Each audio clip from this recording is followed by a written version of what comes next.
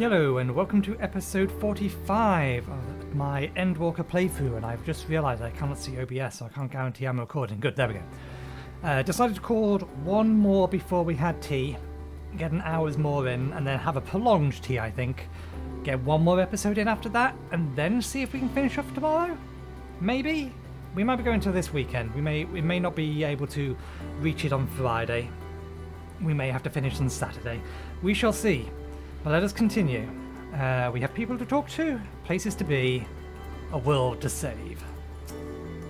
No choice but to march onwards, lest we squander the noble or their noble sacrifice. To feign bravery with bold words is a simple matter, but without the strength the strength of will to march or to match, we are powerless against Dynamis. Naught less than unshakable conviction will suffice, which makes me question if I am up to the task. Though it pains me to say, we can ill afford to stop and grieve our comrades passing. No, there will be time enough. There'll be time enough after. We have to keep going, even if Estinian isn't here to see it. I'm sure Alphino wouldn't want to disappoint him. Alphino has regained his composure and is ready to proceed. As Justola and as Alize said, we must continue.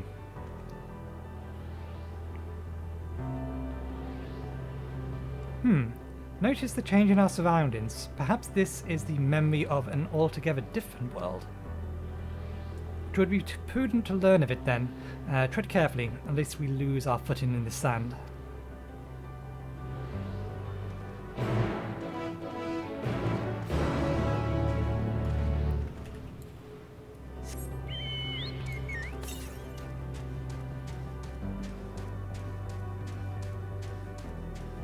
The fact the sand goes off like that, I love that little detail. It is the tiniest of details, but still. What is this place?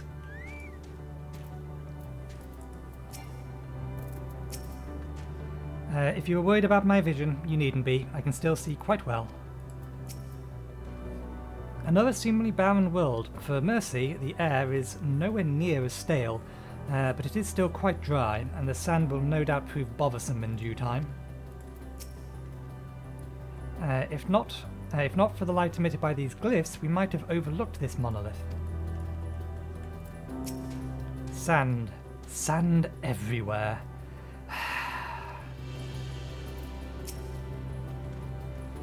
Were it not for the violet crystal embedded in this surface, it would appear an ordinary stone. A curious script hath been etched upon it. Alas, it is not a language with which I am familiar. I cannot say I recognize it either. Nor I. The dragons, from what I recall, preserved their knowledge in song and eschewed the written word entirely. So we may assume that this work is of another race. One we have yet to encounter. Meteon claims the dragon's world suffered a slow death, seeking the release of oblivion. What life we find here, like as not, doth wend its way towards a similar end. What do you suppose is over there? This thing? Question, what is that thing? I'm not sure, it's hard to make out at this distance, but the surface seems to bear the same crystal as this monument. Meaning there's a chance we may find whoever built both. We should go and have a look. Come on.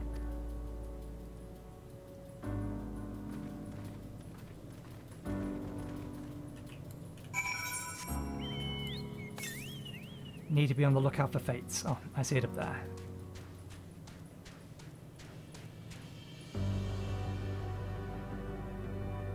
Curious. Other one.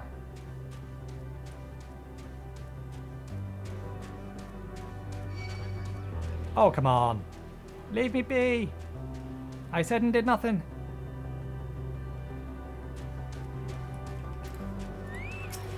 I can't get experience from you. You are not worth my time. Okay, let's have a look. I imagine it is a full complement.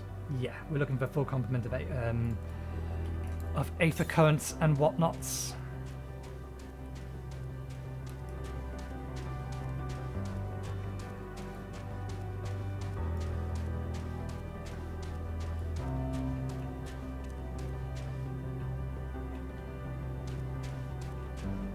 Up. Up.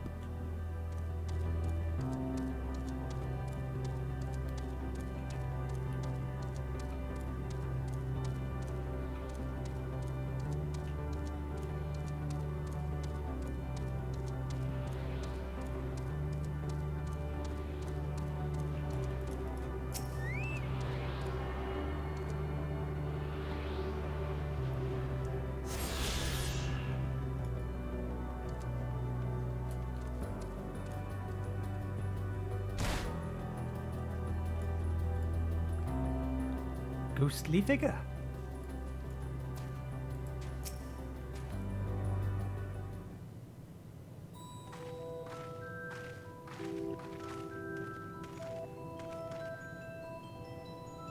Hail, travellers! This is a most unexpected occurrence. Hello there. Is this your home? Indeed it is. Ah, forgive me. I had forgotten. In an exchange of introductions is expected when first meeting those with whom one is unacquainted.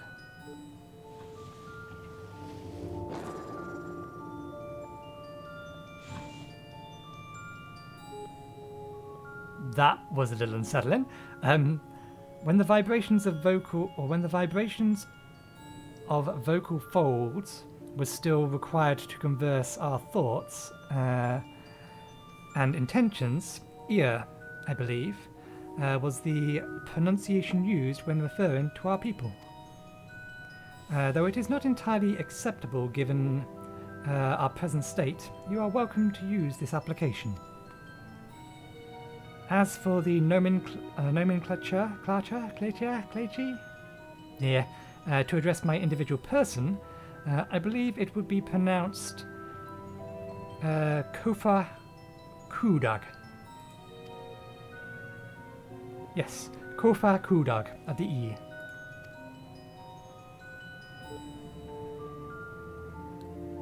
We have encountered beings that communicate intimately through thought, but never one that is wholly without a voice. I presume we are having this conversation via the medium of ether, or dynamis, as this space is sufficient with vast quantities of it. Fascinating in either case. I gather your response to my presence is positive, then. That is well, for there's something I wish to ask you. Like yourself, we are ether-based life forms. Therefore, it may be surmised that your bodies are comparable biological compositions to those we once possessed. I have a number of queries regarding your subjective perspective or perception of the five senses: sight, sound, taste, touch, and smell. In total, I have prepared 198,712,180,827. That's rather a lot, isn't it? Ah, my apologies. I omitted a great many details necessary to understand the nature of my request. Though we dispersed with our corporeal vessels long ago, we have rediscovered the need for flesh, and have endeavoured to recreate our erstwhile forms. However, all pertinent records have been lost due to the passage of time. Take, for example, the nervous system. It is well within our power to recreate, but we do not have a frame of reference for sensations once experienced by our people, which may compromise our ability to interact with our physical environment. And the reason you need to regain corporeal forms? Why, to bring an end to our existence, of course.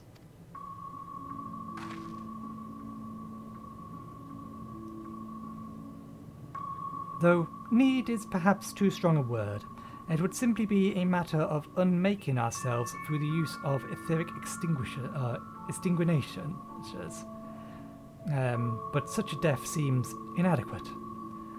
The traditionalists among us believe proper death requires an inescapable sense of impediment in one's final moment, an experience found only with a body of flesh.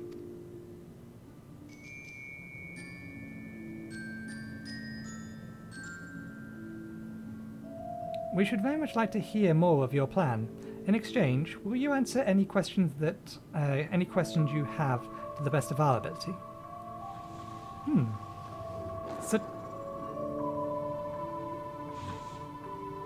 Such exchange of information would indeed prove useful. Very well. To ensure an efficacious exchange, I hereby invite you to our home. Yes, the abode of the E, where we traditionalists prepare for our demise. I presume your consent to answer questions is indicative of a tactile approval of our plan. In which case, your cooperation is greatly appreciated. Or a tacit approval of our plan. I must caution you, however, be mindful of the E wandering the desert. Their desires for bodies of flesh could be described as overzealous. Now, if you would follow me. This is going rather smoothly. Not that I'm complaining, mind. Even so, we mustn't forget that their aim is oblivion, much like the dragons. Though I fail to see why a civilization so seemingly advanced would choose to unmake all they have created. At any rate, we'll find no answers dawdling here. Let us be on our way.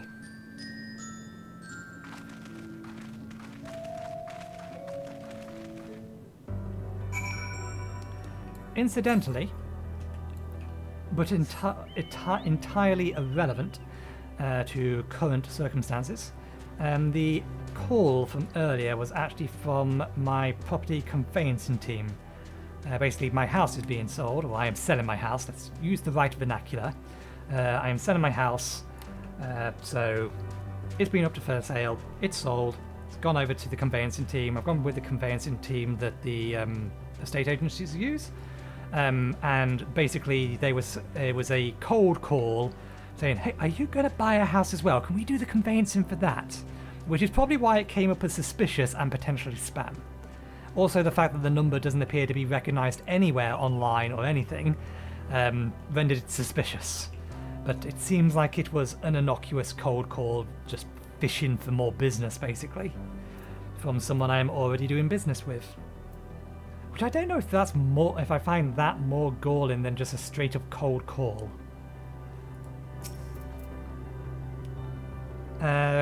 They said that you would be. They said there would be others, but I don't know what I was expecting. I don't see any others. Are these the others? Something tells me we have different definitions of the word abode. The island of Dragon was shrouded in silence of death, yet the stillness here does suggest the E are, by and large, merely sleeping.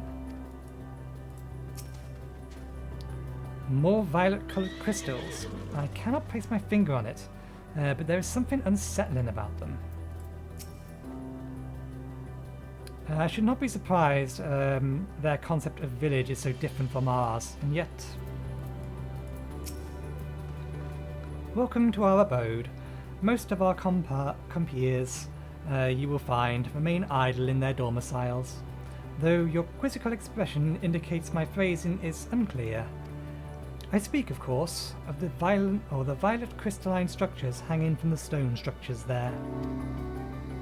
You say they remain idle, but what of your work to regain corporeal bodies?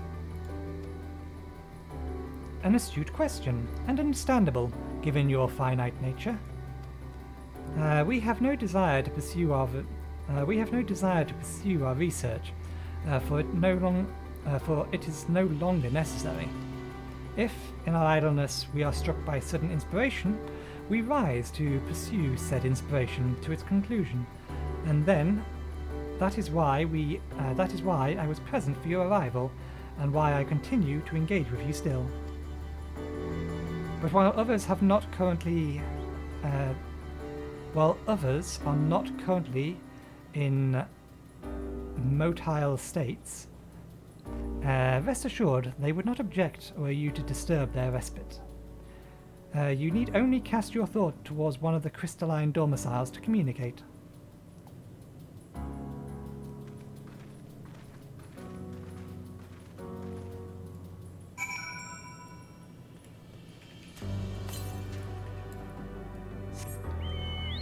Let's head over to the Ep45 first, and then we'll come back.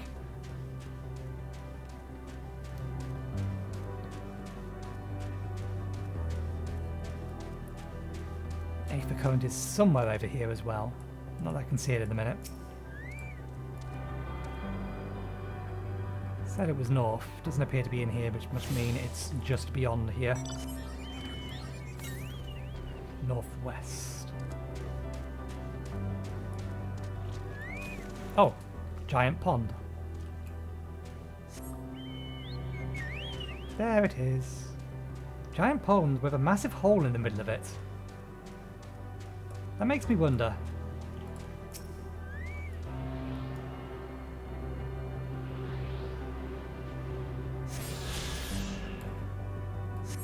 One sec, let me just experiment with something.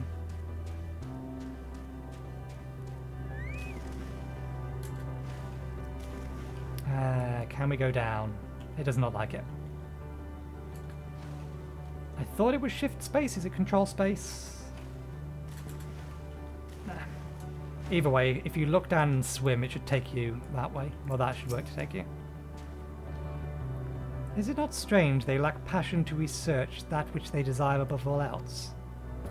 If we are fortunate, the E residing in these crystals shall shed light in this contradiction. Words. Good lord. More words. Words are horrible. Why can't we all communicate with emotions? That'll be even worse. I don't want to know what other people are feeling. It'll just be constant rage. And I'll be giving constant cynical airs of how... or constant airs of cynicism off. Of how tired I am. Of the bullshit of the world. I've tried reaching out to whether it's inside to whatever is inside its crystal, but all I can hear is sporadic moaning.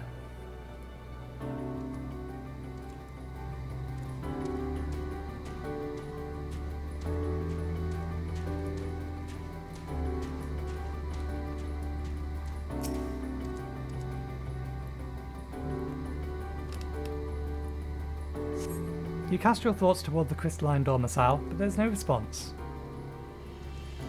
Is he the last one alive?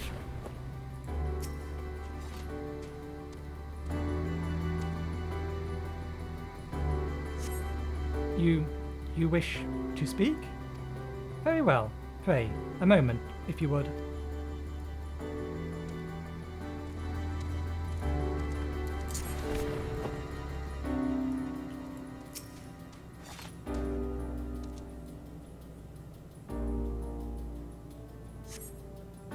Why we seek our end, you ask? If you wish to know, I will tell you. Just a moment, I must remember. What form did I take when last I emerged?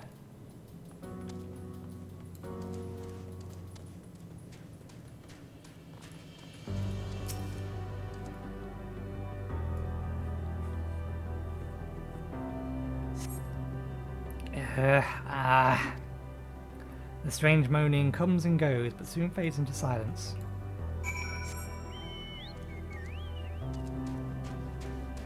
They've achieved immortality. This is the race that achieved immortality. If I heard correctly, the E in the crystals says it would emerge from within shortly. Do you suppose they all appear as Kofa Kokuda does. Kofa Kuda does.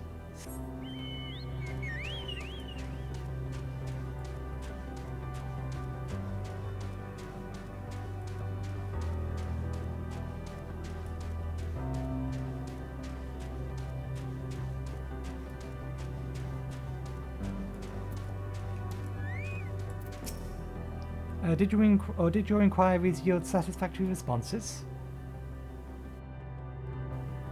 I see. If they failed to answer, then it is likely because their minds have unravelled due to prolonged idleness. They are naught but concentrated ether now. Worry not. There are no others who have need of these lodgings, and they would not provide a hindrance to remain as they are. But more importantly, you said some few did answer your request for an audience, yes? I imagine they will be with us ere long.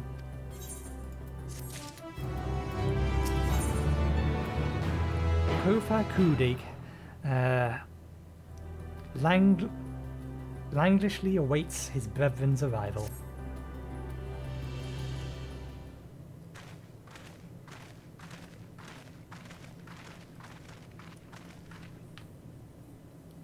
I've had no luck with everyone else, but everyone else fared well enough. Quite a few EE have awakened.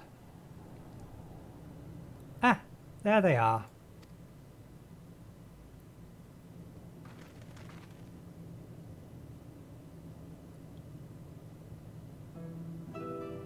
May I introduce you Lalaki, Dudeki, and Ninigi.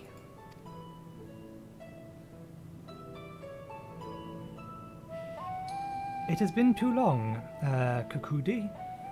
I dare say Sarid 4 has since completed an orbit. Indeed, until the travellers brought it to my attention, I hadn't noticed how unravelled some had become. Travellers? Ah, of course. The ones who wish to know why we seek to regain our corporeal forms. The truth of the matter is as plain to see as the neighbouring systems. But my single account would fail to satisfy the requirements for scientific objectivity. Thus I did bid them awaken you. Am I the only one struggling to tell who is speaking? Nay, they are not. In the absence of their corporeal forms, and divergence they are afforded, mayhaps such similarities in voice is unavoidable. By the way, Kukudi,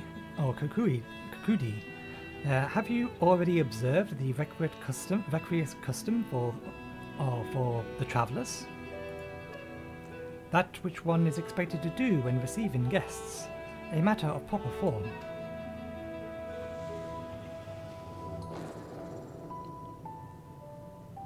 Ah yes, so long has it been, it completely escaped my mind, and it still does. What was it again? I can't seem to remember.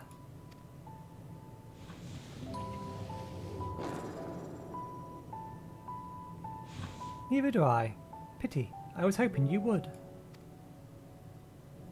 Perhaps we can search the archives for the answer. Come now, Ninigi. The archives have long been frozen. Least we subject ourselves to further Dodola. Surely you recall that much. Ah, of course. Food. The custom is to serve food. Beings of flesh, such as they, must regularly replenish their aether. By contributing to their replenishment, we communicate our friendly intentions. That's right. We duly invite you to join us in communal respite, after which we may engage in leisurely conversation. If we have had a chance to learn something, then I see no reason to decline. Excellent. Would you care to follow? We shall feast your pure. We shall feast. We shall feast you on the purest aether.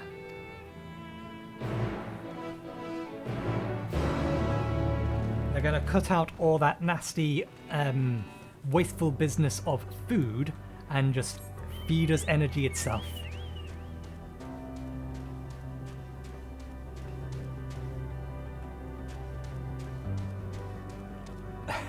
I think I can see what's going to happen here.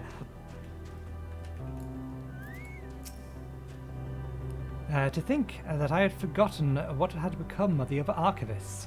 How much my essence has deteriorated since last I was awake. Not that I am adverse to having my mind fade away in this manner. It isn't so unlike the natural degradations of one's flesh. How delightful. Throughout the universe, but few races have completely shed their flesh, as we have. As a result, we seldom receive visitors from other systems. Extreme differences can inhabit meaningful interactions, you see, and none more so than those which affect communication. Most entities, for example, cannot even comprehend our words. You are rare indeed in your ability to do so. You avail yourself of dynamis, yes? This is an impressive application, even if it is ultimately pointless like all the rest. How much aether would be adequate for your kind, I wonder? As I recall, there is a fine line between optimal saturation and violent sickness. This facility is where we replenish our aether. There's no particular name for it, but we traditionally sometimes use the word restaurant. Now then, if you would take your place with your comrades in the space, we will soon awash you with the purest ether. Please absorb as much as you like. Look at the people entirely skipping all the cut screens and not even talking to the extra people. We were told to stand wherever we liked. This strikes me as less of a meal and more of a ritual. Judging by the construction of this facility, it would seem the E directly draw upon ether. Ether, they say, but I cannot help but feel a bit nervous. If they are thus able to replenish their ether, the loss of vital sensation or sustenance isn't like to be the cause of their demise. If it is as I suspect, then this so-called feast... Actually, let's see it for ourselves. Fear not, we are not like to come to harm.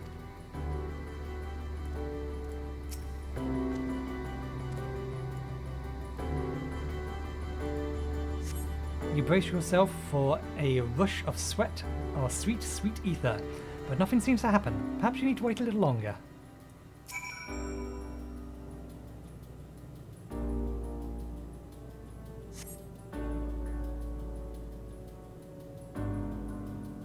Flesh Abandoned is the name of this, but it's written in such a weird way. I wonder... I should check back and see. Hang on, let me go journal. I can't open it in a minute. I was wondering what the Dragon Quest were phrased as. You brace yourself again, but again, nothing seems to happen. Just as I suspected, as meticulously as one might recreate his home world, this Ultimathul, one cannot simply generate ether here. As recreations, our friends are oblivious to this fact. To the very truth of their existence, much like the phantoms of the recreated Amarot. However appearances may seem, we must be ever mindful that it's a memory of the dead with whom we deal.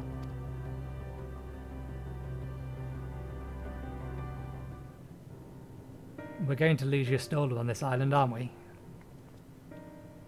So, did you have your fill of ether? Alas, we couldn't absorb it. A deficiency in our forms, it would seem. Oh, how unfortunate. May I ask how you normally replenish your ether?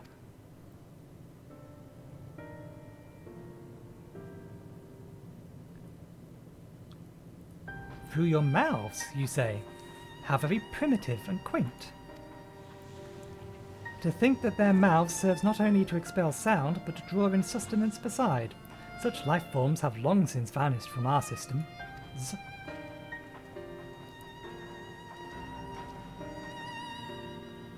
Though we regrettably could not partake in your magnificent feast, rest assured we feel your welcome most keenly.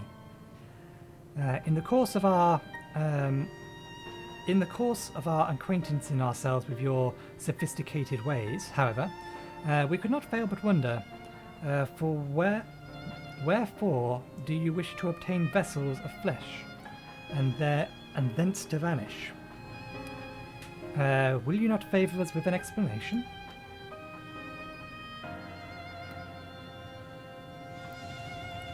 You flesh and blood beings are always so hasty. It does have a charm, however. Very well, we shall indulge you. In the beginning, when the yet possessed corporeal bodies, our ancestors dedicated themselves to the pursuit of knowledge and technological advancement.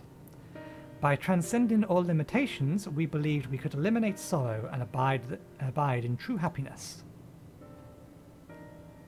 From the tangible, such as the land, to the intangible, such as labour, there exists a myriad hindrances to progress, but most confining of all was the flesh itself.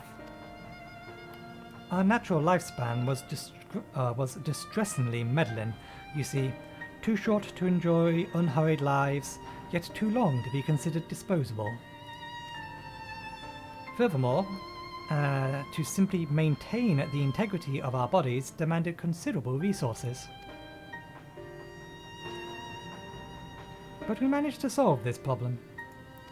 After long years, we discovered how to become non-corporeal entities with everlasting lives, untroubled by the failures of the flesh.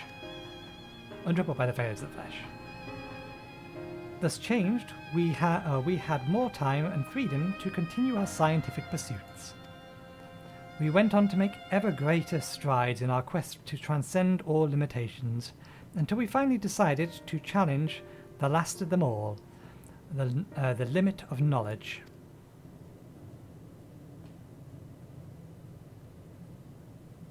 That is to say, deciphering the laws of creation. We sought to discover how the universe came into being and explain all extent phenomena, and thence predict the future. If we could but achieve this, we believed that we would be free from uncertainty and anxiety. And did you find the answers you sought?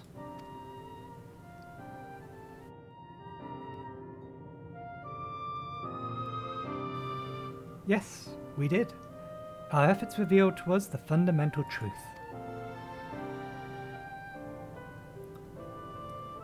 Knowledge of said truth is essential for the continuation of our conversation. If you would learn more, we will share it with you. No, we mustn't. Primitive as they are, it would be unspeakably cruel to deprive them of their ignorance. They are possessed of corporeal forms, and their lives readily ended. As those who have gone before, is it not our duty to warn them? What thinkest thou?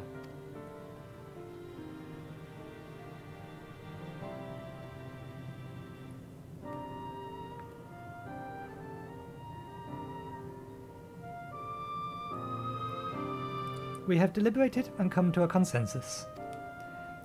If you are resolved to know, we will disclose to you the truth we discovered, the truth of the universe. Seek us at the stone pillars just outside the bounds of the abode, a place called Elegia. Elegia.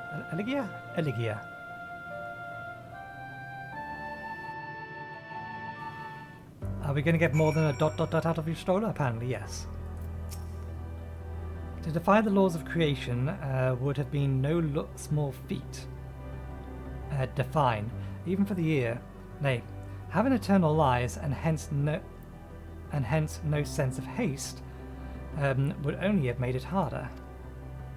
Such tremendous drive for knowledge they once must have had, and I struggle to reconcile with it with the listless beings before us.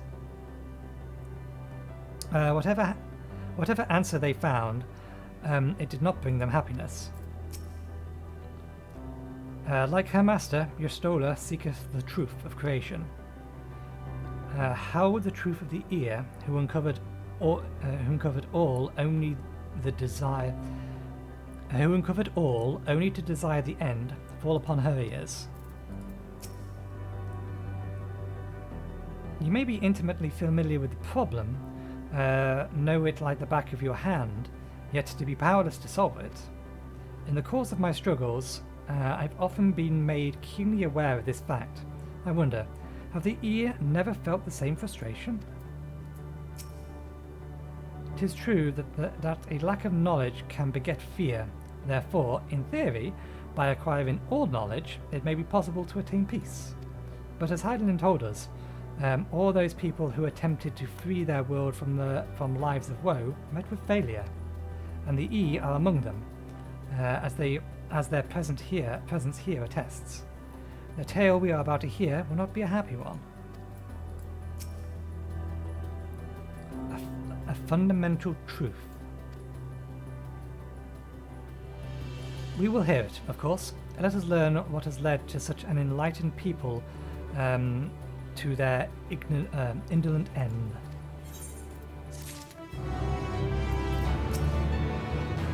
Before we hear the climax of the E's tale, mayhaps I should speak of... On second thought, it would only be a distraction. We will talk more when the time is right. Something seems to be weighing on Urianje's mind. Ere we join the E, there is one trifling matter I would fain investigate. Nathan, Grahat here, might I trouble you for your assistance? But of course. My thanks. We shall head outside the abode, if you would kindly follow me. I know not what mischief you are plotting, Urianje, but I trust you have our best interests at heart. The rest of us will go on ahead to the Elgia. Yeah, least you worry. We won't start without you.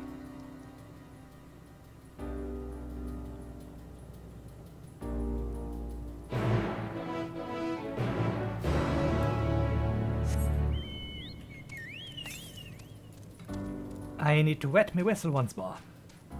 Oh, we're going a long way. We'll see when we get there.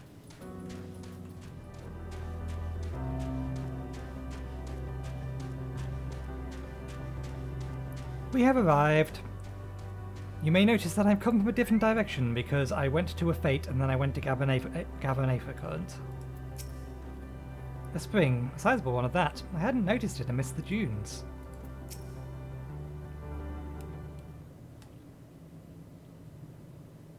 Aye, this place shall serve.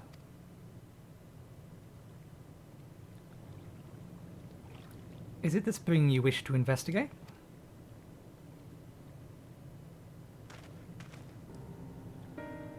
Pray, forgive me, my friend. There is naught to investigate.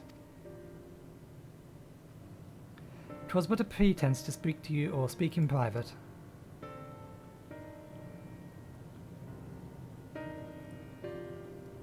You have our undivided attention.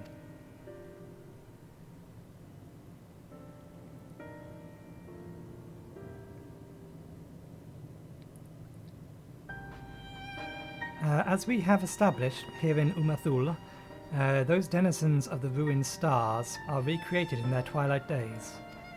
Yet one question does arise in my mind.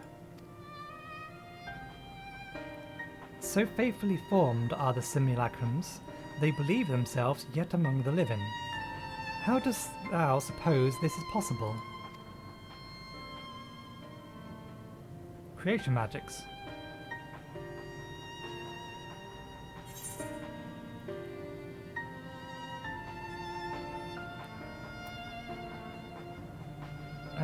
Meeting has taken their heart into herself.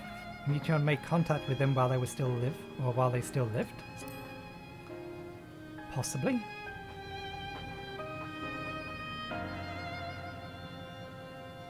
Of course, she must have visited the stars of the dragons and the E before either race perished in their entirety. Thus she could make their emotions her own, and with them create more faithful simulacrum than she could rely on a historical account. So too did I theorize, and, upon that assumption, considered how these two races might have met their demise. According to thine own tale, Meteon perceived the emotions of those nearby as her own. A heightened sense of empathy intrinsic to her nature as an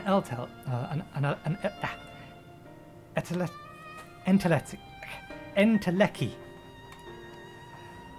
In the course of her starfaring journey, she encountered beings who strongly desired the cessation of their existence. She would be powerless before that desire.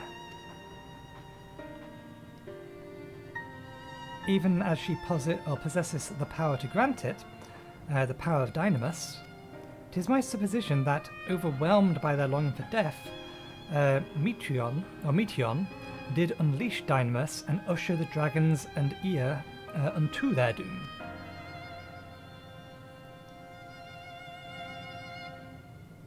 Of course, such was not always the outcome.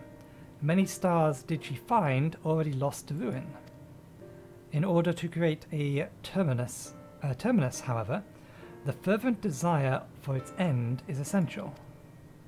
Therefore, should you struggle to find a way forward, pray ask yourself this: in this place where you stand, who is the soul that yearneth most and desperately for oblivion?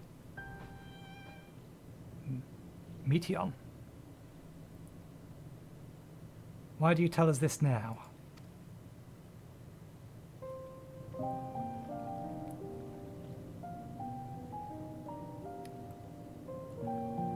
Near or never again would I betray your trust.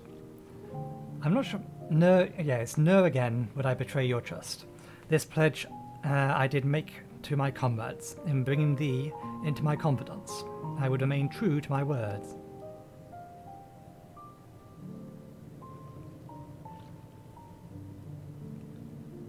As for thee, let us consider it my fixing.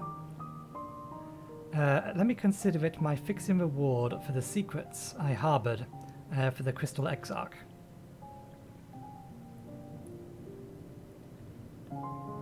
I once placed my faith in thy chosen path, walking at thy side, full knowing that we were bound for thy demise. I ask now that thou returnest the favour, and abide in faith as I fulfil mine own destiny. If you say my debt has come due, how am I to refuse?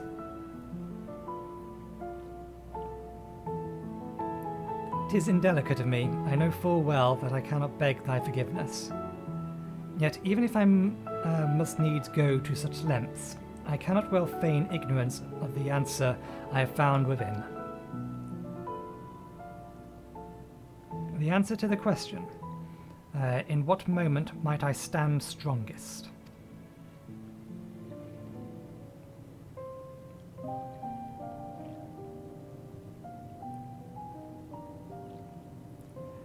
After all that we've been through, I will say only this. Do what you must. Do what you must and see your conviction through. I shall, my friend. I shall. Without further ado, let us go on to our comrades. He's the one that's planning to die.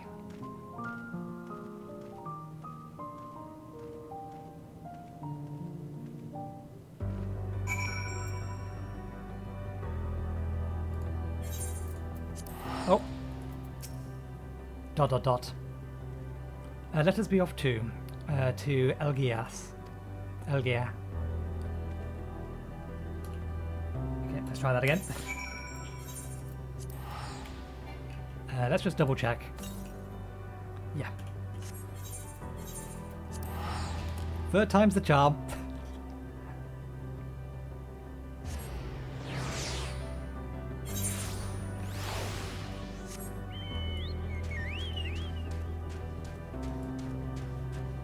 We have 6 more ether cones to find. I wonder, everything is timing itself way too well. Don't mind me. Come, let us hear E's tale and learn what caused such enlightened beings to crave nihility. While we waited, we mentioned our star's situation to Ea. They nodded sagely, or something to that effect. I understand you've taken care of business. If you are ready to begin, then so are we. Your companion in front, the one called Justola. She seems keenest to learn the truth. I pity her. It would seem your star, too, has been plunged into panic-induced cataclysm. I hope that our tale will not serve to exasperate it. We have prepared for our recounting. To facilitate comprehension, the information will be simplified to match your primitive minds. Oh, you are here. Your comrades said you would be late. It seems everyone is accounted for. Shall we then?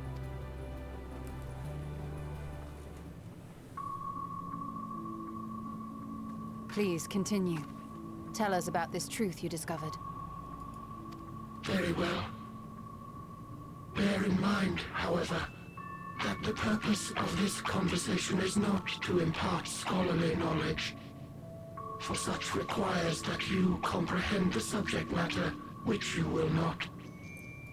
We will forego the intricacies of our scientific methodology and deal only with the conclusion, the end of our society and our world. We acknowledge, with regret, that your star is in the midst of the same panic-induced cataclysm that befell Ep45. As such, in order to avoid causing undue distress, we will refrain from explicitly stating how much time you have remaining. You are entirely too kind. I pray you recount your tale as you see fit.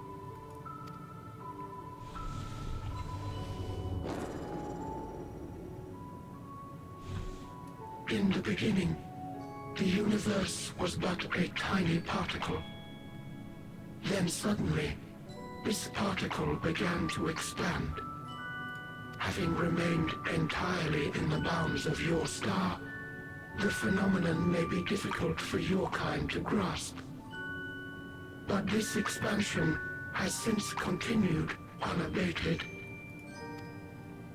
Speculating that the universe could not grow indefinitely, we sought to learn what might occur, and made a worrying discovery. The stars will continue to spread apart, as will their finite thermal energies. Eventually, all heavenly bodies will grow cold and freeze. No new stars will be born, and the universe will enter into an eternal ice age. The heat death of the universe.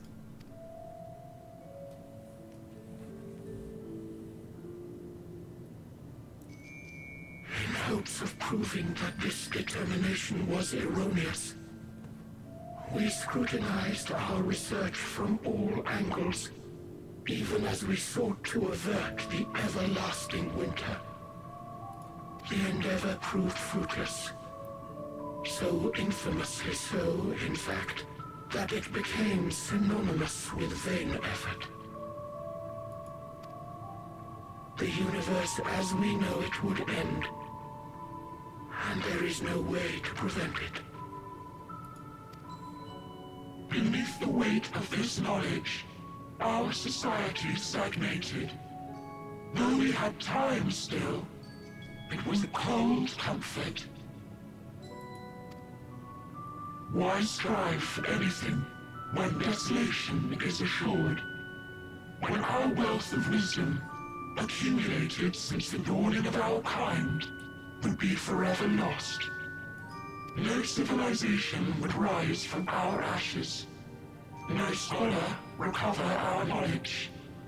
In silence unbroken, naught would stir. Intellect was once our pride. Overnight, it became our shame. Our works, monuments to futility. Immortality, our greatest invention, became a source of suffering. Rather than suffer on, many chose to unmake themselves by means of etheric exsanguinators. That is a hell of a word.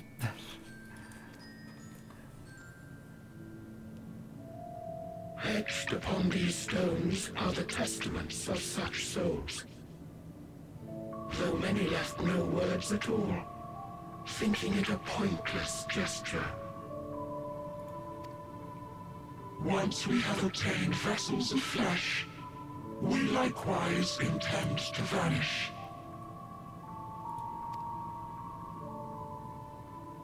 If you understand this, understand aught of our tale, you will abandon your quest for knowledge. Ignorance truly is bliss. If you would cling to your illusory happiness, remain primitive and pure. It is the only way.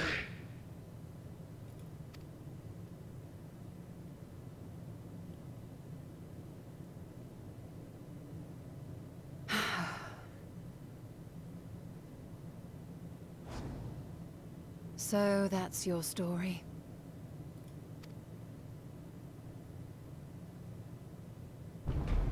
While I appreciate your advice, I will not heed it. Of course she wouldn't. Convinced though you may be of this truth, it is yours and not mine. Indeed, truth, I have ever believed, is in the eye of the beholder. Are you suggesting that we have reached a faulty conclusion? That our science failed us? Hardly. As you yourself said, the subject matter is beyond my comprehension. And that, I accept, is true. I do not possess the knowledge to prove or disprove your conclusion. In my mortal years, I doubt I could even approach the wisdom of the air. But of one thing am I absolutely certain. I would not be happier in ignorance. Y'shtola, no! You mustn't!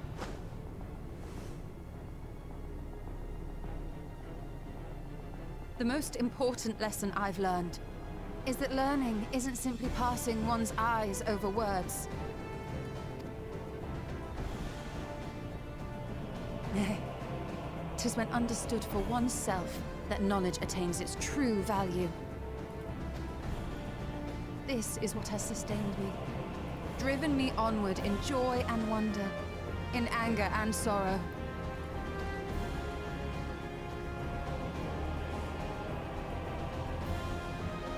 The universe may end, and all may be for naught, but I will live as I always have.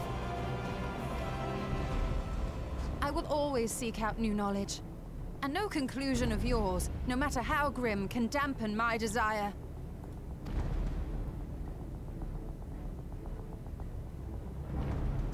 I suppose it is only to be expected. Their feeble minds cannot fathom the terrifying gravity of it all. But worry not. We consider it our duty to enlighten you.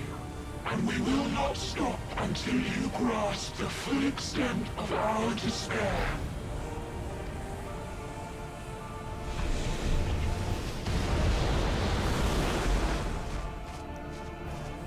Once again, the bird. It's a swallow, isn't it? Keep calm and listen well. Though my body will soon dissipate, there may be a way to restore it. Asm's magic. So long as our souls remain, you can use it to summon us back. But you mustn't, for it would mean losing our way forward. This I only reveal so that you can promise not to invoke the magic. I'm going to invoke the magic, but I'm going to invoke the magic when it is the proper time to invoke the magic. We came here knowing what victory may cost, so press on.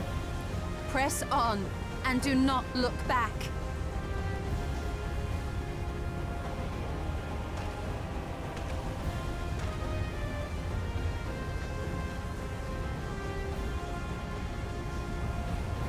I shall join thee.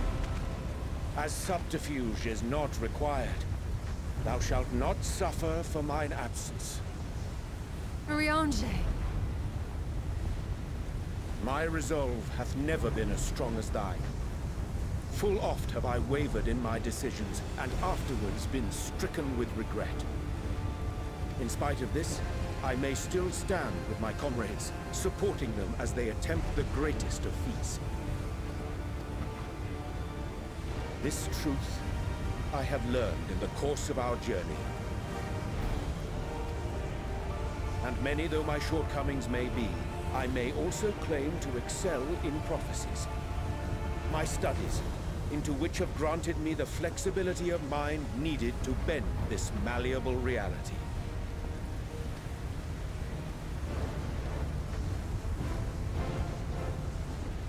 Thus shall I hope that thou mayest have the strength to resist, and our comrades the strength to continue.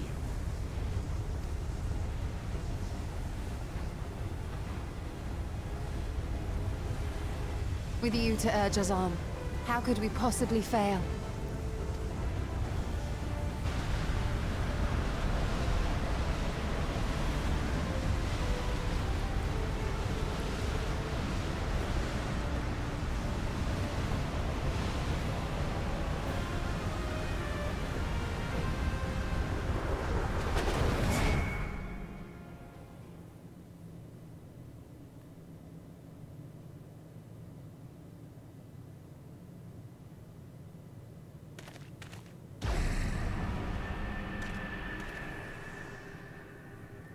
How did we know? What's this? An extinguished civilization. Rekindled.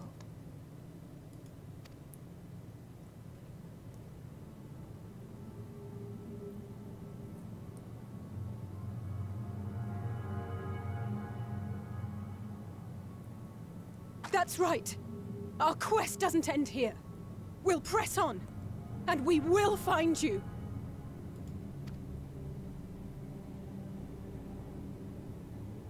There. That's where you'll find me. Is that another star? Of the stars we visited, most were already devoid of life. And where there was life still, the inhabitants wished for death. But even death, we learned, isn't truly the end. It is but a part of the cycle of rebirth.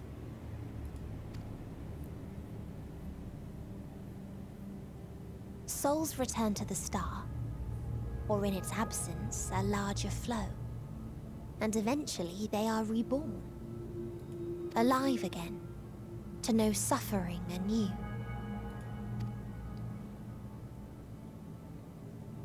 True salvation lies not in dying. It lies in not being born. This is the gift I would give to you. To all life on beautiful Etheris.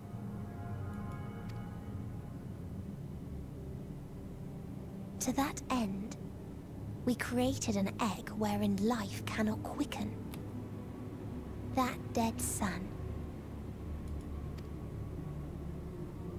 Attain it if you can, before your friend's emotions fade away, along with their protection.